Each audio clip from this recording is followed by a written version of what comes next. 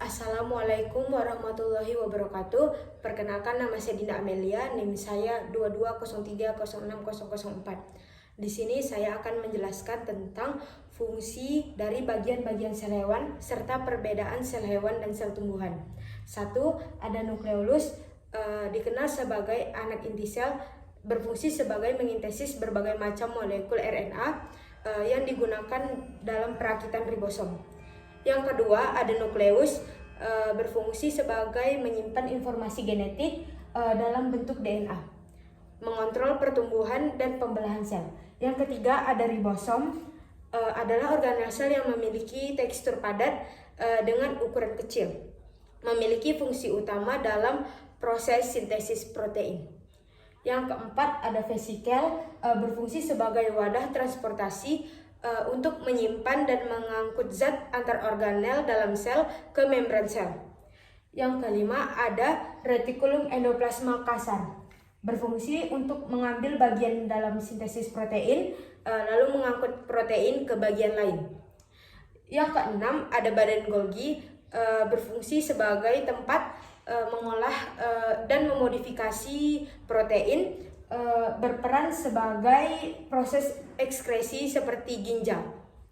Yang ketujuh, ada sitoskeleton, berfungsi sebagai kerangka dan memberi bentuk pada sel dan organel lain pada sel sebagai pengatur gerakan sitoplasma. Yang kedelapan, ada retikulum endoplasma halus, berfungsi untuk memproduksi berbagai zat penting seperti lipid esensial atau fosfolipid dan kolesterol dan hormon steroid.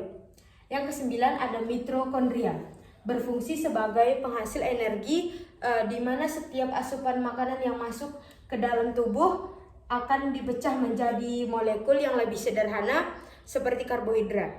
Yang kesepuluh, ada vakuola.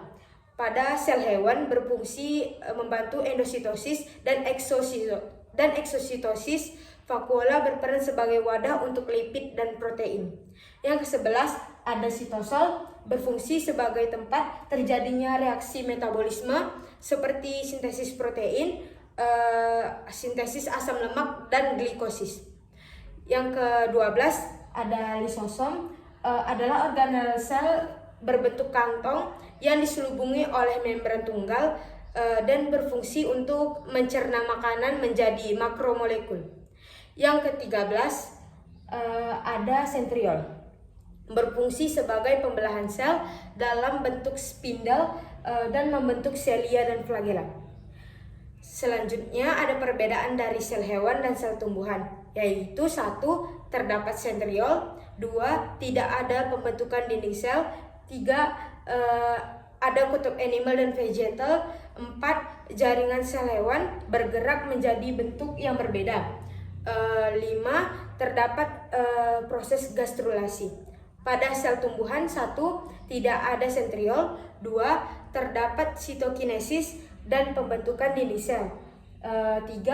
Tidak ada perbedaan kutub embriogenik, yang ada hanya semacam epigel dan hipogel. Yang keempat, jaringan sel tumbuhan tumbuh menjadi bentuk yang berbeda, 5. Terdapat proses histodiferensiasi. Sekian penjelasan dari saya. Mohon maaf bila ada yang salah. Saya akhiri dengan wabillahi taufiq wal hidayah. Assalamualaikum warahmatullahi wabarakatuh.